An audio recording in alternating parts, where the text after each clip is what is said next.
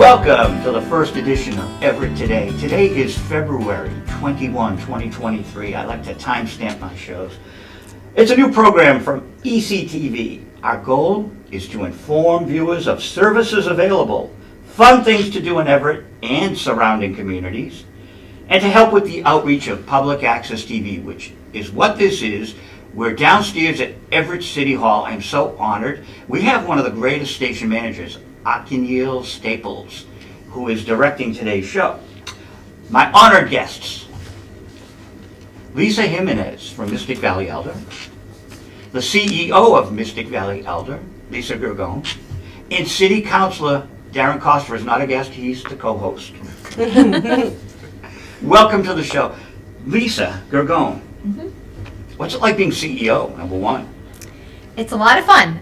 Mystic Valley Elder Services was founded in 1975, and we are the aging service access point for Everett and surrounding communities. It's a very busy place, and we're really committed to providing services and supports to older adults and people with disability who would like to remain in their homes. I'll give you a little secret. When I turned 60, I went over there. I just looked at the pamphlets and stuff. You know, it's kind of like, it's another side of life that I didn't understand. And it's like, oh my God, I'm a rock and roller and I'm a senior. And it's tough. It's tough to transition in your mind because I still feel 19. Right. I'm talking fast like I'm 19. Okay. So my question is, can people just come in like I did? And Yes. Yep. We're open 8 a.m. to 5 p.m. Yeah. Monday through Friday. People can walk in. We also have a phone number that's staffed at that time and someone answers. So you don't go to recording. Our receptionists answer and transfer you to our staff directly. We can help older adults, but also caregivers. To your point, you know, sometimes it's good to start thinking early, and Lisa will talk a lot about that. We really want people to call us before they need us, so they kind of can prepare for their family and their loved ones as they age. What are the services? How can they get help? I have a great service. I get my laundry done every week. Yes. So I walk in with a check, and there's two women are very nice at the front desk. Yeah. And I go, finances, I think. And they said, but it's kind of fun, and it's a nice warm atmosphere. It is. It's a wonderful atmosphere. It's the best place to work. I've worked there for 18 years. I always say that you're going to have to drag me out of here. I love my job so much. There's not a day that I go to work that I don't feel like I'm doing something that's good for our community, that I'm not helping people, that I'm not supported by our leadership. It's just the best place to work. You can't work at a better place. And there's so many employees who work there for decades. Like we have 35 years, and we have people who've been there from the very beginning. And in fact, we have 13 employees who live in Everett who work at Mystic Valley Elder Services. So it's not only just we're serving Everett, but Everett is also working with us. It's really nice. That's incredible. Yeah, it's good. So we work with members of your community every day. What's your title? So my title is Assistant Nurse Manager. I put the stars on it, but no, it's just Assistant Nurse Manager. So I supervise a group of nurses and social workers. The nurses that I work with go into the community, and they assist elders and their families in getting services to keep them in their home.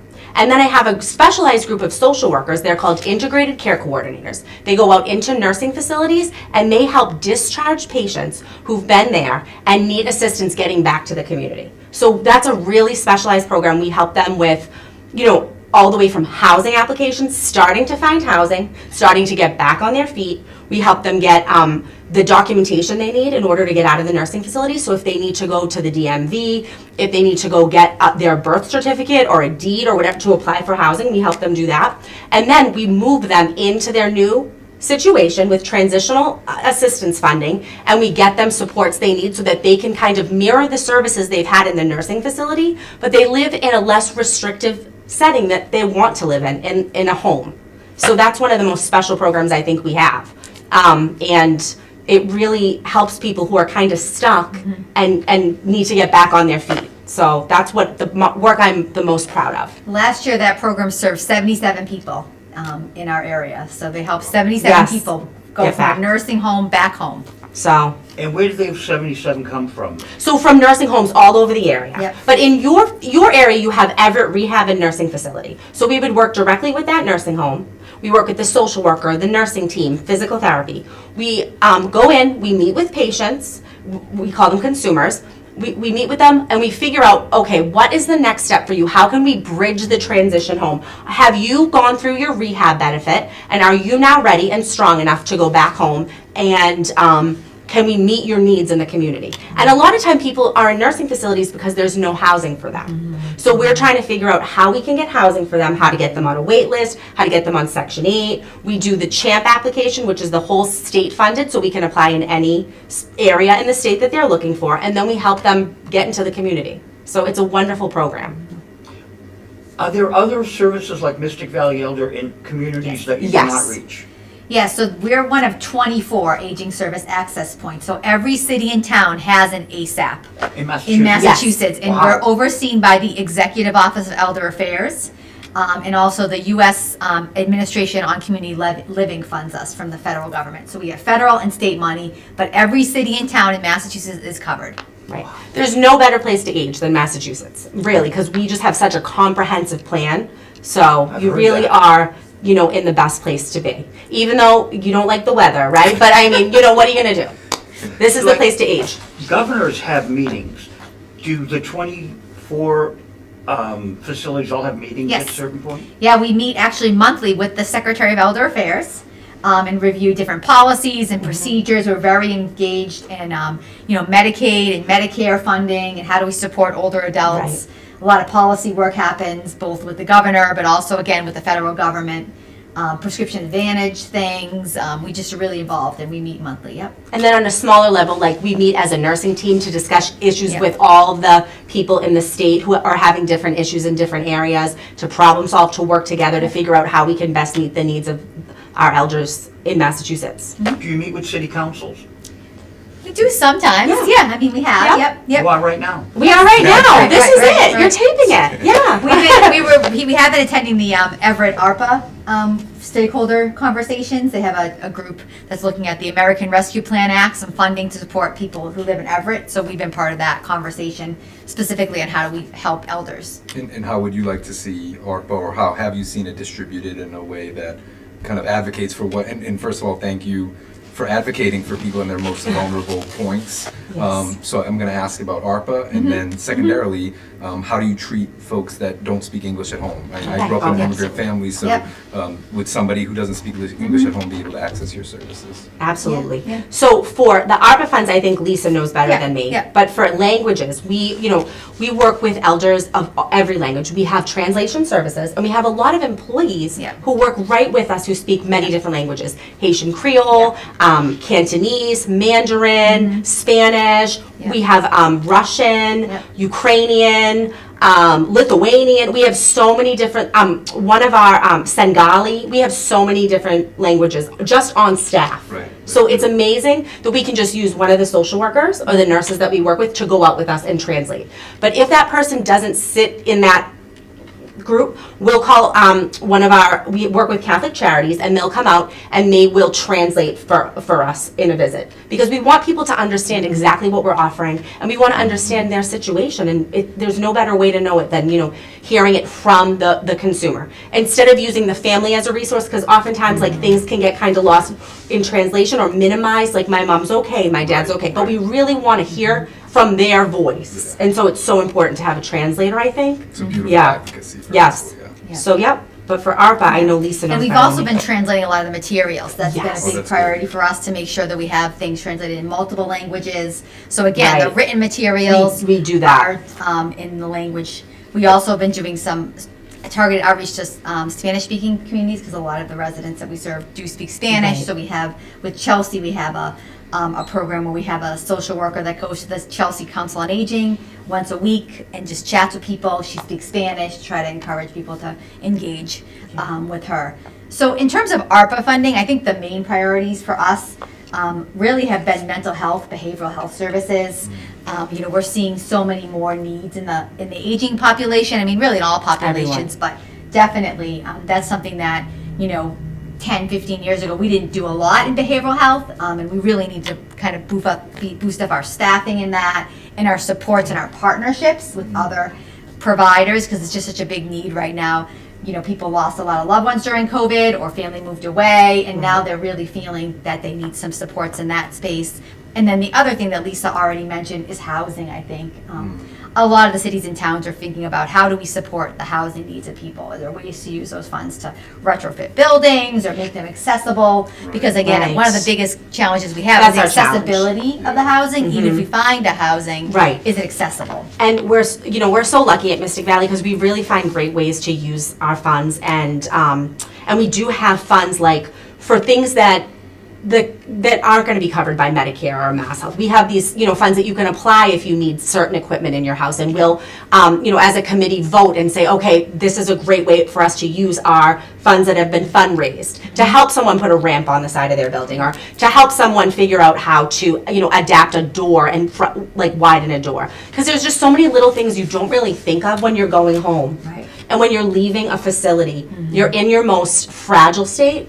And so, we're thinking every step from when you're getting in the cab and you're leaving the nursing facility, and then when you're getting to that door. We have to think of every single thing that might happen, as you're returning to your home. And so we have to adapt the whole area and make sure things are clear and ready to go. And there's a lot of thought, but money that we need as well. So we're just so lucky that, we have a really good head of finances in this. And we also, we do. He's a good one. Yeah. So he does a really good, Sean, we're going to give him a shout out. He does a really good job at managing our funds and how we use our money so that we can help so many people every day. There's never a time that I hit a real no there. Sometimes I probably should.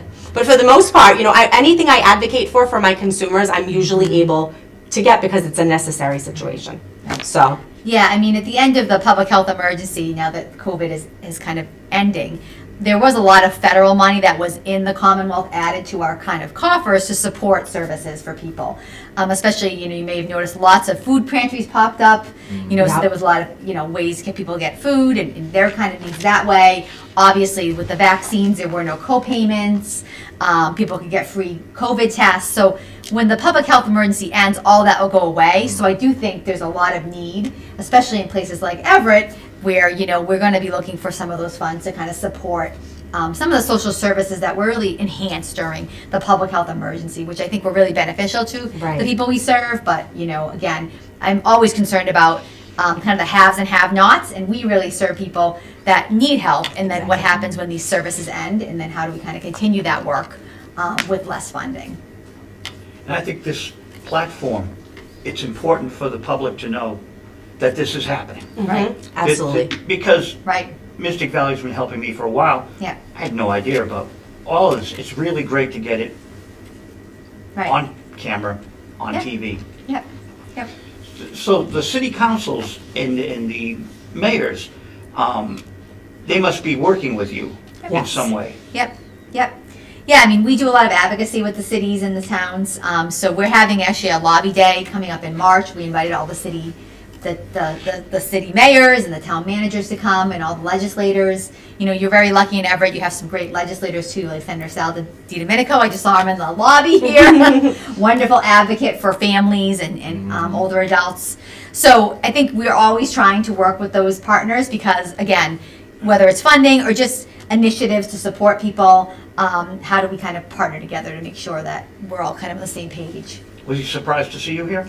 Oh, no, I think he's always out and about. We have very active legislators in the whole district, the whole area, which is great. It really is. Yeah. COVID, did it create pressure for Mystic Valley?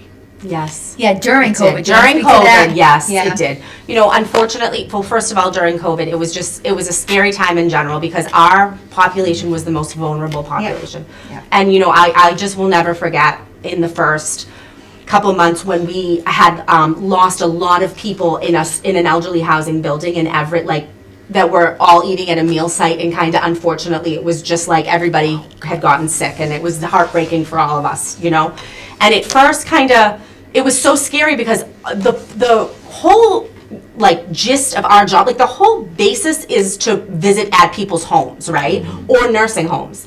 And those were the two places that we couldn't go. So we really did feel so helpless at this point as employees. I know, we're our elders are so scared. This was a time we didn't have masks. We didn't know what was going on. It was terrifying. So at the time, Lisa, hadn't stepped in as our CEO yet. So our previous CEO had, we started to work remotely because the state didn't want us to be going into people's homes because who knows what we were gonna bring, right? So, it was really a challenge to kind of understand what is going on in someone's home as you're doing like a telephonic assessment on the phone. And then we started to have aides going into people's homes, home health aides, PC workers, and it was a real challenge to protect those workers and also to protect our elders who are immune compromised and have all different sorts of issues. So it was just a challenge that we tried our best to adapt to. We were lucky enough that we did have workers who are like the backbone of our work, the home health aides and the homemakers and the people who do that work, the direct care work, that were willing, they were so brave and they were willing to go out there in full, PPE and just service people. And, people got sick and it was a scary time. But thank God, through COVID, I think we've learned a lot about how we assess elders and how sometimes we need to use technology.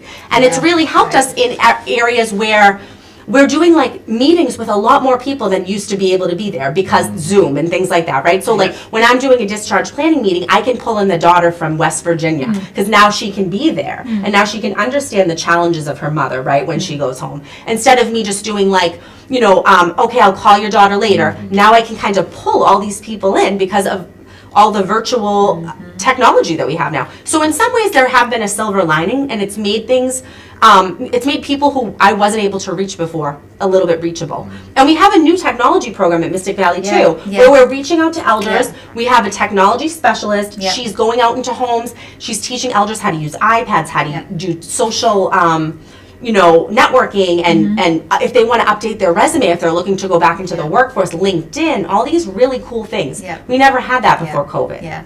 So that's a new program we're running. We're looking for actually volunteers who maybe are tech savvy that want to help an older adult. Oh, nice. Great, Perfect. So we're trying to match you with older adults who need supports because especially like you're saying, a lot of the healthcare now is there's a telehealth component. And even during COVID, one of the things we did get from the federal government was funding for tablets. So we could provide tablets to people. But some of the older people still didn't know how to use it. You know what I mean? So they need someone to meet with them and explain to them how do you use a tablet? How do you set it up? How do you even turn it on? Do practice. Practice just so they'll use it more because that's, I think there's a lot of use of technology, but again, for older adults, some of them it's not, they're more intimidated than anything else. Absolutely. But how do we kind of make them feel more comfortable? You all were at the intersection of the scariest points of people during the pandemic because you had people who require services so critically, and then people who also had no idea what was happening, like all of us did, who had to provide those services and like yourself have that passion to provide the service. But the silver lining, if it's tough to call it that, but we went forward like 20 years in terms of digitizing our economy. Absolutely. In a lot of different ways. So people that maybe were never open to opening up an application to help them interact with someone finally found value in it. So I talked to Joe about a little pet project that I have, so we'll take this offline. But I do have, for me, I always try to integrate technology with something fun. So back when I had worked with a union staff of folks, a lot of people were very anti getting into technology, right? When you work with union staff, well, this isn't part of my job. So I kind of use the carrot on the stick as, well, I'll teach you how to use Facebook and guess what, your grandkids and this and that. So I feel if you incorporate, whatever it might be that interests the person, into that learning session, it integrates a lot better. So we'll take offline. Sounds good. I have a pet project that I think you guys can help me with. Oh wow, That's okay. great. Technology and technology driven. So that's great. And it leads to my next question nicely. It's a nice segue. Darren and I, our second show is going to be with the Cambridge Health Alliance. Oh yeah, Technology nice. people. Yeah. Great. Now here's where it connects. Shelby Perrault handles Whittier. So there's a two-phase question here because Mystic Valley has someone at a recreation center. Her office is there. I can go visit her anytime. 3 doors down from my door. It's great, and it's like I was blown away when I found out she was with Mystic Valley Elder. So there's 2 points here to ask about having Mystic Valley Elder reps at senior housing, A, and B, I wonder if there's some kind of an alliance that can be made between CHA and Mystic Valley with this technology stuff. So the resident service coordinator program, like Shelby, you're talking about, is just It's excellent. It's such an excellent program. It puts a person directly in the building every day, right? And you know what? During COVID, they were the first ones that went right back out there into those buildings. So, I mean, they really were astounding.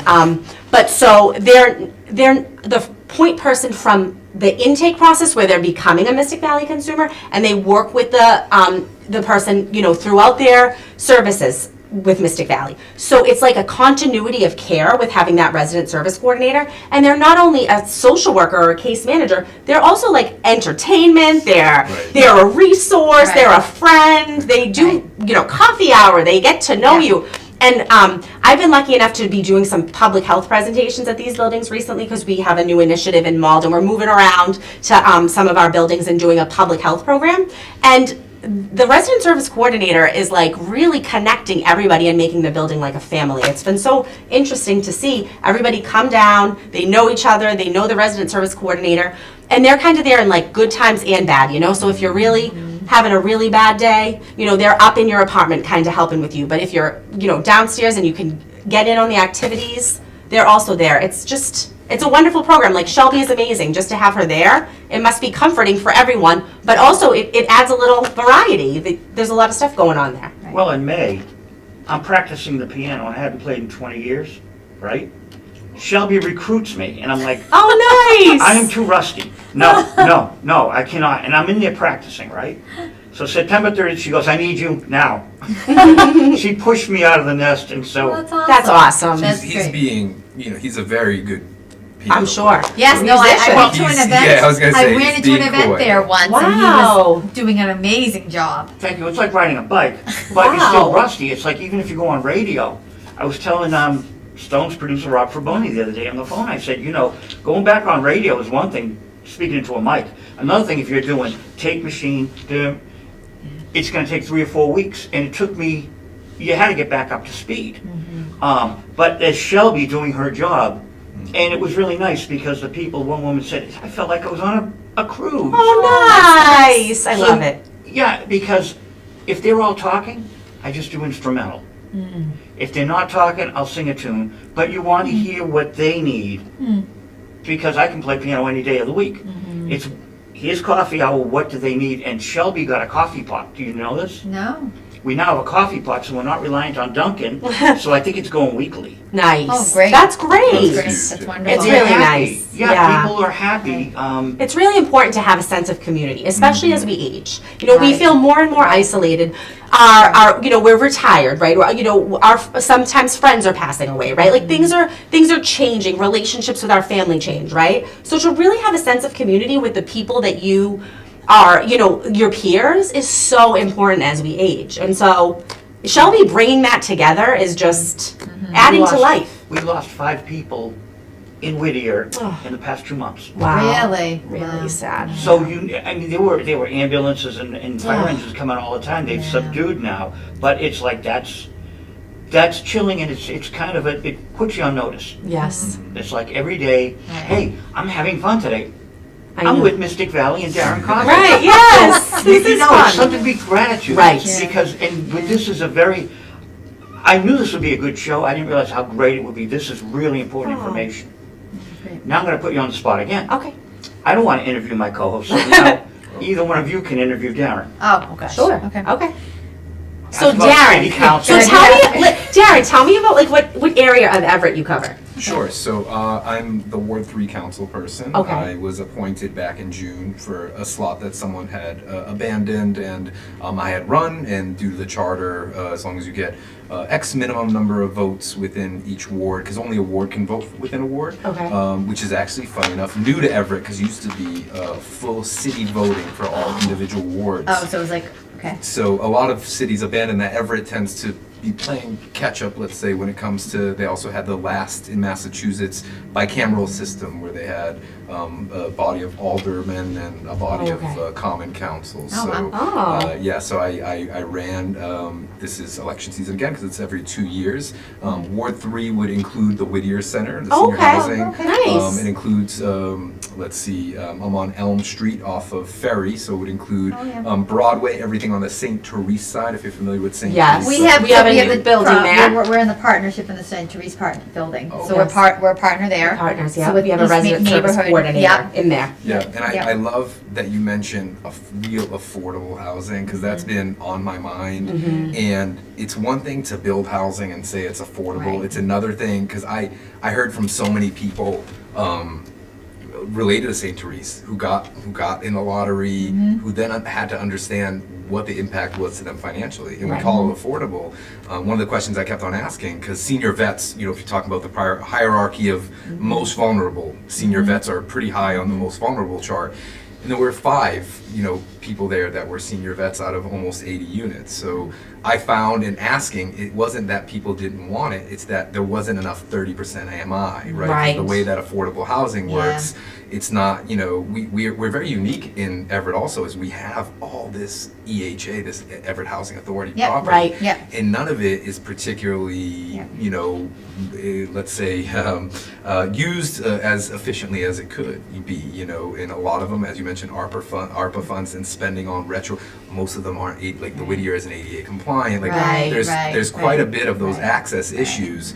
So I want to do my best to advocate, because again, Ward 3 is unique, because we do have the Veterans Ave area behind the high Right. school, which was actually built for veterans Yeah. in senior housing, but it's used for families also. I've because done the many need- home visits there, yeah. the need is so high, and so you've been up there, and I'm Yes. sure you can attest to the fact that it's an underutilized area. It is. I think you can fit 10 times the number of Absolutely. families there. I think you're right. So- I've always thought that it's often very, you know, it's spacious and there could be more. It could be a little bit more Yep.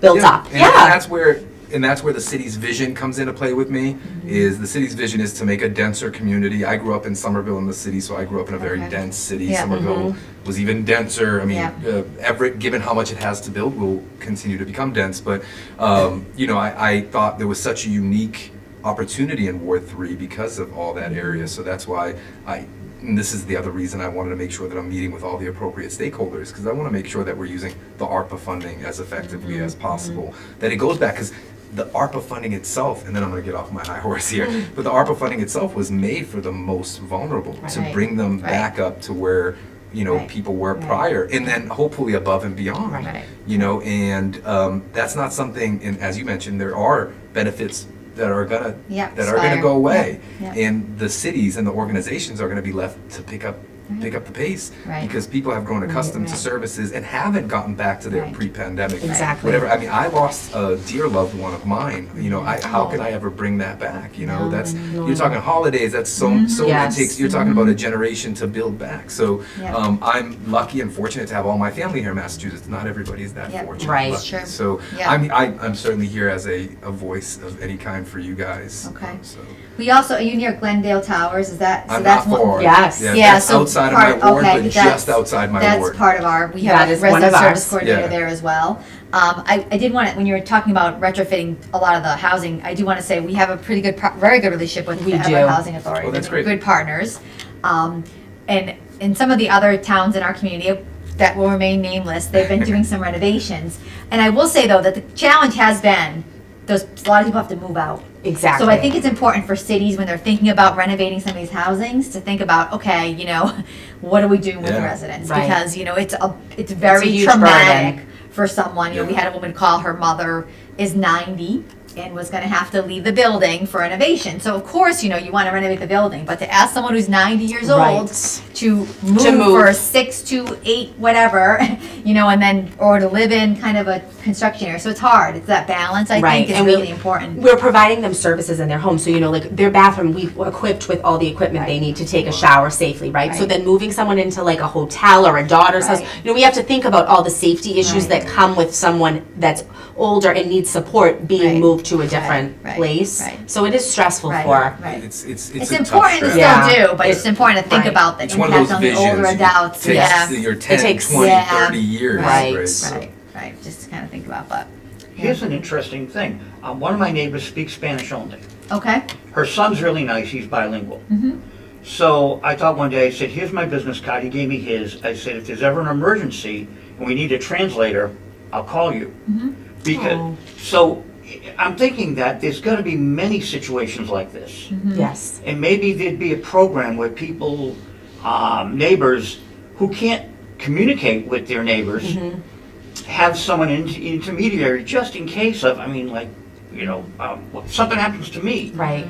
And Well, I can tell you, I'm amazed at the kindness of neighbors in my role at Mystic Valley, because we often see so many times neighbors are the people who are there opening the door when you get home from the hospital. Like people's families aren't close or their kids have moved far away, and neighbors are oftentimes listed as emergency contacts for a lot of our consumers. Neighbors are very involved in the care and support, and the cat sitting and dog sitting that I see when people are hospitalized, I mean, being willing to take someone's pet, God, you know, who knows what the pet's like and if it's going to attack you, and they just take a pet, or they'll go feed cats, and people have been incredibly gracious and kind to their neighbors that I've noticed, and especially in situations where there's housing, because I feel like it's really a nice community and you get to know the people you live with. You know, you're not kind of on an island, whereas sometimes we will visit people way up, you know, in North Reading and Reading, and they're in you know, it's not dense and it's a little isolated up there, and so there's not really as much support from like a neighbor or someone to come.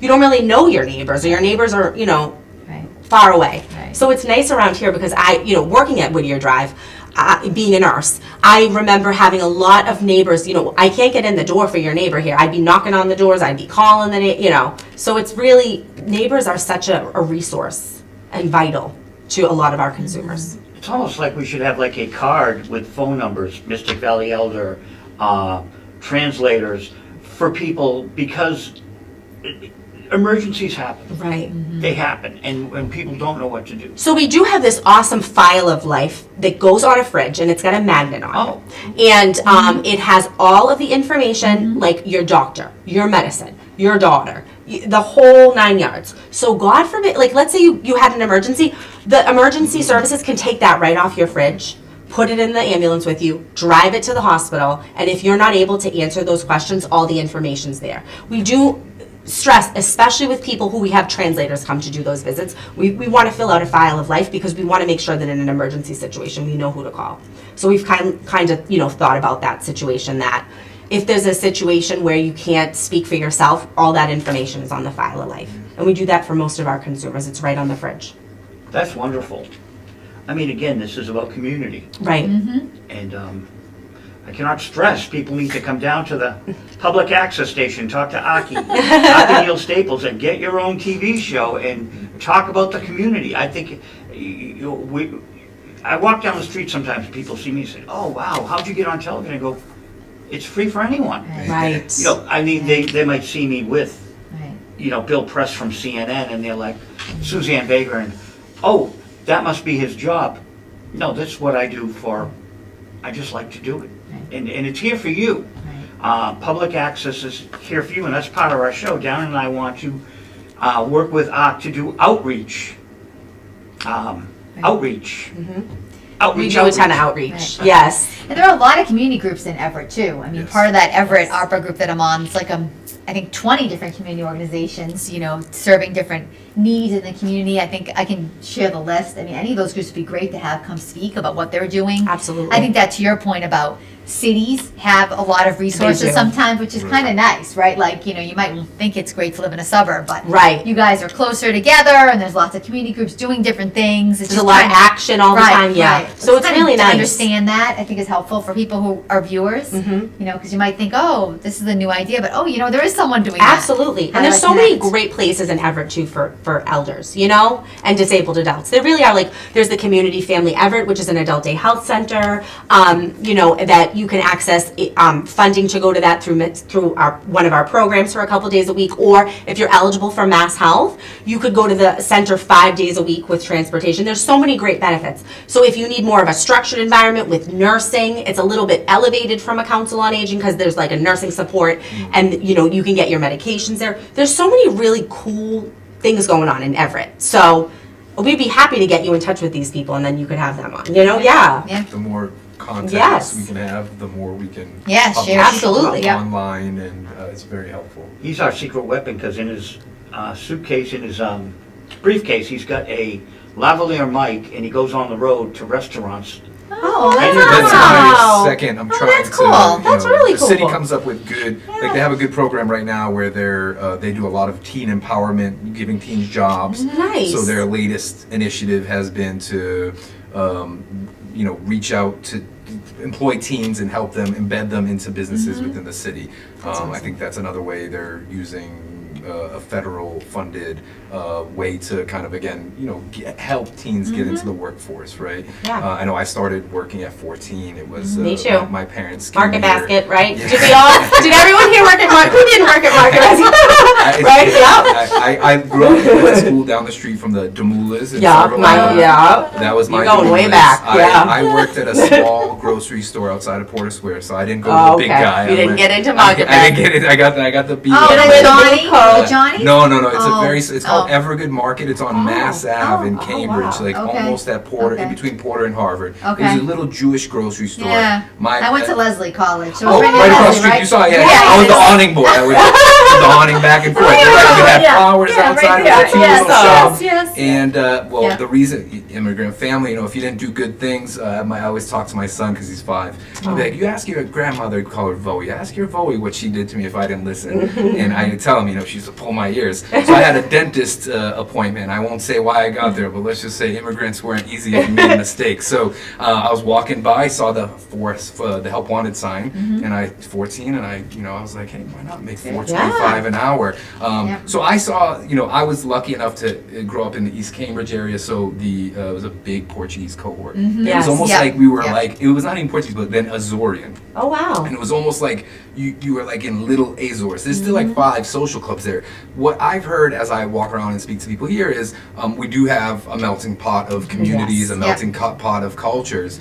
Does your organization do anything to, I know there's a lot of services and there's translations, but even to help folks kind of assimilate to the day-to-day here? Because I found that with some people, even the smallest things can really, to your point, neighboring, right? Like that neighboring needs to stay Right. active. And when someone new comes into the community, sometimes it's hard to catch up to that active neighborhooding. So the small things like, for example, no plastic goes in the recycling. Stuff Right. like that would cause an extreme amount of frustration. So I've tried to educate. But is there anything like that your organization does that helps people kind of get up to speed quickly, with, some of the things where maybe, my parents came here, they didn't Right. understand the blue bin versus the brown bin. So there are great programs now, especially just in the state of Massachusetts. Like right now, if you have been in Massachusetts for less than 5 years as an immigrant, but you're an elder and you're looking to apply to get on mass health benefits, we have something that's called a community-based long-term supports and services waiver.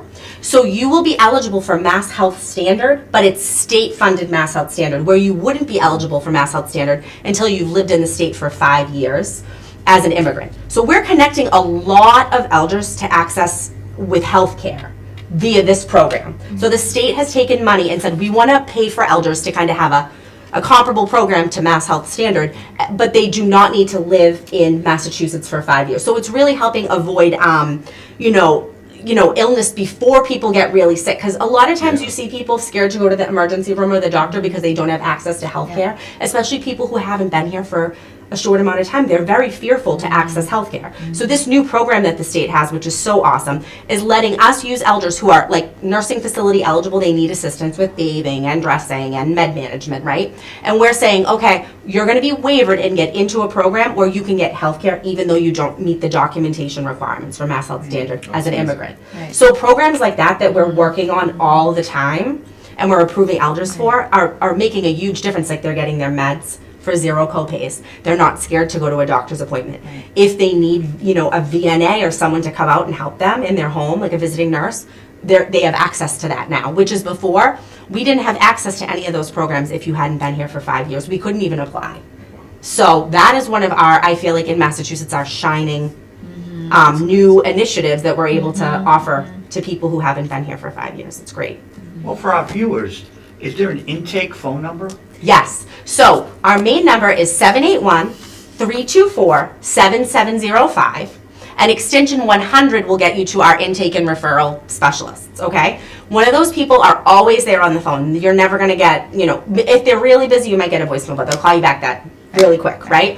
And so they are trained, they specialize in knowing exactly in which place to put you at Mystic Valley, how we can help you. Yeah. So you can either come in through intake, and we can do an intake assessment, and we can get you all the services you need in that situation, or you can come in and you can get an options counseling referral where someone can come out and do a short-term intervention with you, and then they can figure out what you're looking for exactly and get you to the right people, almost like resources. Yeah, so we're there every day of the week, Monday through Friday, on the phone, taking the information and then figuring out how we can Right. best fit you Right. and help you and provide Right, services. right. Yeah. Leading to my next question. If you ever see Absolute Power with Clint Eastwood, and Ed Harris is the investigator, and he's investigating the art thief, Clint Eastwood, and he goes, well, your questions are interesting, but I have to go now because my AARP. And he goes, what's AARP? Oh, And his AARP card, right? Clint, Yeah, it's a yeah. funny little moment.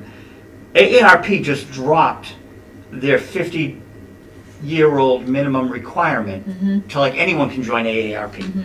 Mystic Valley Elder, A, what is the age limit? And B, can people under that age help you with the seniors that they're related to? So to be eligible for home care services, you need to be over 60. 60. Unless you have a diagnosis of, unfortunately, like early onset dementia Oh. or Alzheimer's or a related Yeah, so disorder. you're gonna be under then you can be 60. under 60. Unfortunately, we do see more and more people with those diagnoses, Oh, that's right? sad. If you are between the ages of 21 to 64, you would be eligible for the One Care program. So if you're duly eligible for Medicare and Mass Health, you can go on One Care. And then you can access your health insurance, eyeglasses, hearing services as a disabled adult, 21 to 64, right? If you're in a nursing facility, it doesn't matter what age you are. Mystic Valley can come in and we can provide you options through that integrated care coordinator program. If you are between 60 and over and you have Mass Health and you want to get your health insurance through it's a comprehensive package through a SCO, it's a comprehensive health plan, we do that as well. It's a senior care option program. So there's all different programs that we have Right. that you might be eligible for at different ages. Right. But for the most part, we're working for our home care services over 60. And we have some amazing ages, like I see, 108. We have someone that might be our oldest person that we have. We're going all the way up there. But I always say, unless you're 90, you're not old to me. Right. You have to be 90. No, Right. you're young if you're Right. 60. Right. So we have a lot of great, programs for elders, but we also have programs for people who are, younger, looking for options, or we'll get you in touch with the people that can help you. Right. And that's the most important thing. We also offer caregiver support. So again, if you're like the daughter of Yes. an elder and you want to understand what's mom's options. Exactly. How can I help her? Caregiver support program, It's you can call, huge. they can help no matter what your age is. Right. So I think, the takeaway is call us if Right. you have a question about aging. It doesn't matter what your even age if is. we can't enroll you in a specific program, we can provide you with information and resources, different options. There's a lot of for-profit companies out there, if you Google home care, that come up. Yeah. But they obviously are trying to sell a product. We're not trying to sell anything. We're just No. trying to provide you with information and resources on state and federally funded options. And also private pay options. So we try to become, non-biased, just here's the general information. Right. Kind of help you make the determination that's best for your family. That's amazing. Thank Yeah, you. we do. Yep. Right. I feel like there's not going to be a time you call that we're not going to try to figure out a way to help Right. you, or take your information and do a lot of good research and then Right. get back to you. We're always, looking to know more as professionals as well. So when we get a good kind of challenging questions, it's kind of fun to figure out the answer, like a little puzzle. And again, people, the intake number is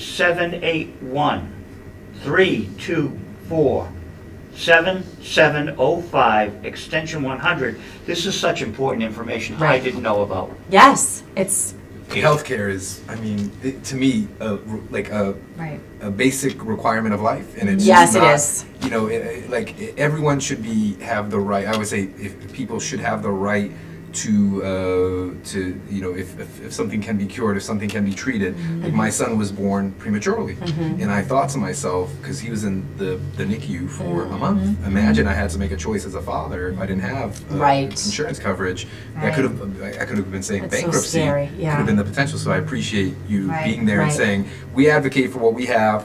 We advocate for what else is available, And we if we don't also, know, we'll find out. Darren, have this awesome program for people who need information about health insurance. insurance that are over, like, yeah. like the Shine program. Yeah. So if you're looking for information about health insurance and you are confused, like especially as you're turning like 60 or whatever, Right. you call Mystic Valley and we'll set you up with a Shine counselor. They can take all your medications, put them in like a computer that's run. It has all the information about every health insurance program that's available, and then they'll tell you which program is most affordable and what your meds would cost under whatever program, right? Yeah. Because I know that's kind of scary. Like, Right. when we have kids and stuff, it's different. Like we're working, so we have those options. But then when you have to purchase those options, sometimes it's a burden for people. So it also would let them know what programs they might be eligible, like subsidies, or if they're eligible for the Mass Health buy-in, or all these different programs. Right. We can help you figure out the most cost-effective way to get your health care and also like your medication copays. Right. So it's Right. it's a cool program that we have. Right. Yep, and it's very busy during like Medicare open enrollment Yeah. time, and Yeah. we were getting a lot of good traffic in there. Yeah. And that's a service that's available to anyone. I think one of the myths people think is that we only serve low-income Right. people, but Shine available no matter what your income. Right. We also, even our home care program, we have co-payments, so if Exactly. you don't qualify financially for home care, but you can still buy in with the co-payment. Right. So there shouldn't be Absolutely. a reason why you don't call us to see if you can get services, because there may be a way for us to help you no matter what your income And that is. Right. education reduces stress in the home. Yes, absolutely. I mean, this is Yeah. stressful to Right. think about. Right. You know, I mean, me as a father to have to learn about It's stressful. schooling. You know, and all these, and then healthcare is one of the most complicated things to Right. understand. And as we age, like we want to get, we want to get the best care that we can. We're so lucky to be in Massachusetts anyways Yes. with all the hospitals we have. I mean, we're really lucky, especially around here, but I think that all these services that we have are only like making people's lives more, their functionality it improves because we're able to support them, which I always think is I'm doing care planning as a nurse. I'm always thinking, what services can I put in that are going to make their life more enjoyable? Because they'll be able to expend their energy on activities that they enjoy. Like you. Like, you just told me you get your laundry done, right? That's like a huge thing, getting everything ready, getting all your laundry put away, I'm giving you my laundry. We're gonna put Darren's laundry. Darren's throwing his laundry in it, and then there's gonna be 5-year-old socks too, Yeah. and it's gonna be from I Darren. might get some questions on We got the little kids' socks in Joe's laundry. But no, I'm on but the second seriously, floor yeah, it's a with a big broken thing, arm. right? No, it is hard, yeah. It's huge, right? So, Yeah. I mean, what I'm always thinking when I'm writing someone's care plan is how can I put in services that are going to best let them enjoy their life in another way other than cleaning their house, cooking their meals, worrying about going to the grocery store. Those things that take so much energy and stress, especially when you have a diagnosis like COPD, CHF, AFib, all these disease, these comprehensive multiple comorbidity diseases, which a lot of Americans have now, right? We're expending our energy on things that aren't enjoyable. So why not use our energy for things that we can enjoy in life? And that's like my whole goal of being a nurse. I always think, what can I do to make this person enjoy their life more by putting in services? And so, I am the person who is encouraging, people to eat ice cream when they have, when they're not supposed to on their diet or whatever. But I'm like the fun nurse here because I just feel like we want to enjoy life, right? And so at our, as we age in our end of life, how do we want to spend our time? Do we want to be doing laundry or do we want to be doing this really cool show right now, right? And I'm happy you're here to do this show with us and not doing laundry. So yeah, I am too. Yes. I mean, I would write if I had to do laundry, but the thing is, I'm too busy. Right. Yeah, I'm you are A lot of busy. stuff to do. Yeah. I'm still busy. doing PR every day. Right. So Saturday I did 14 hours of radio. wow. Yeah, and I do these kind of manic crazy. things, because Meg Griffin played one of ours. She's on Sirius XM, and it was a big deal. Wow. But she was simultaneous with WMWM Salem playing my artist. And I'm sending it out on Twitter because you want to document the airplay. So my life is extremely busy. Right. People don't understand that right. Twitter can take me 6 to 7 minutes. Right.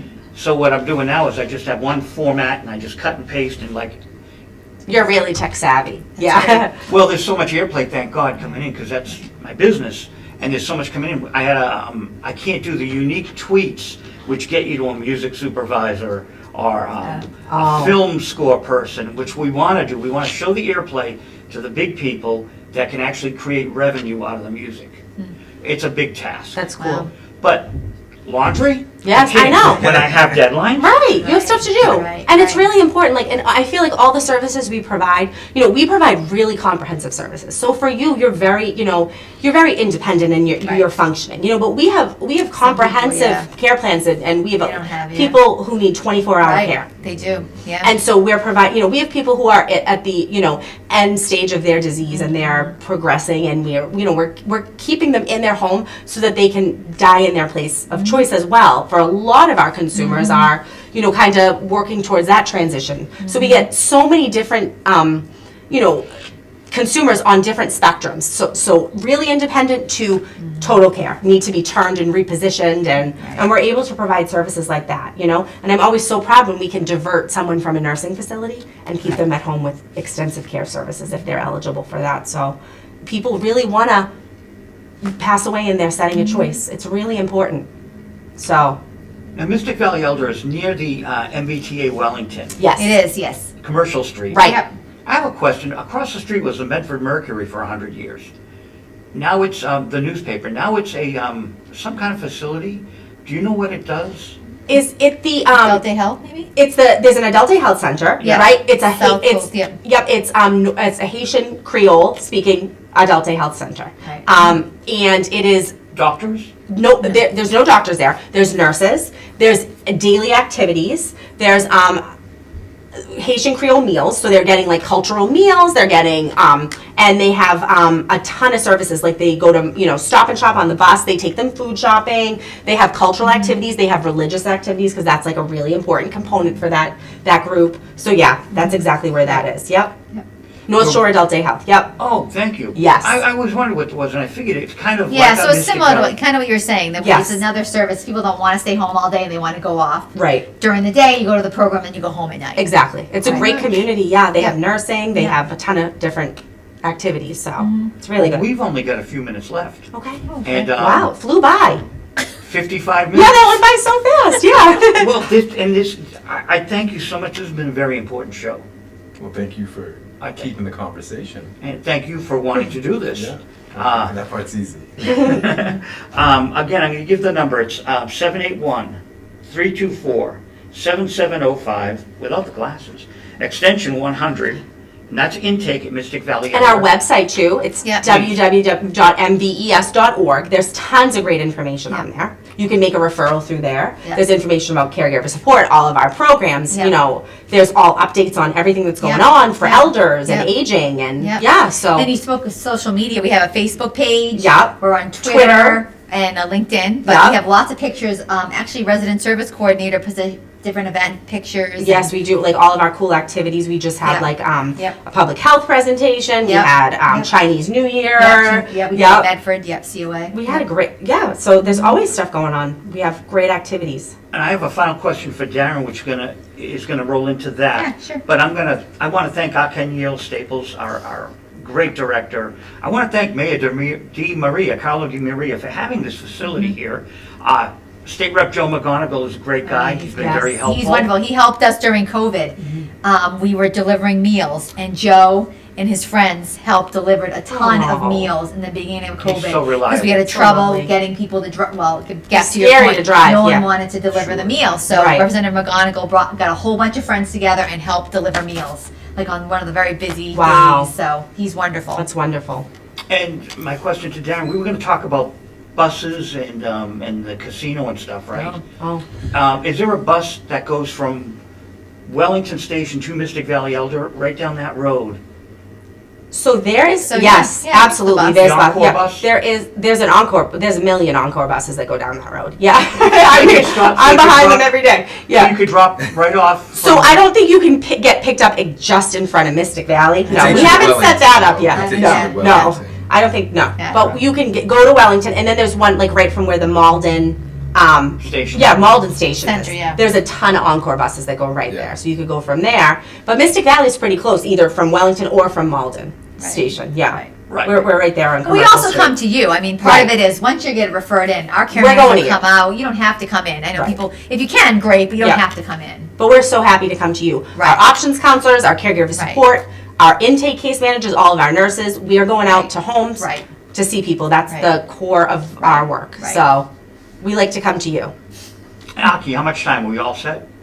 1 minute. 1 minute. Well, this is the first episode of, oh, we have a different name for it. Oh, I gotta say it. We got one.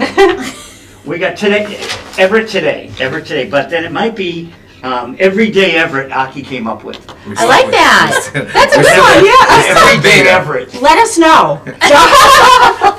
We'll use both. Awesome. Everett Today, Akinyele, thank you very much. Thank you. Thank you for having us. having This was us. lovely. Thank Yeah, you so nice much. Yeah. chat. I had Thank you. fun. Me too. I did too. This was really fun. Yeah, Thank great. you.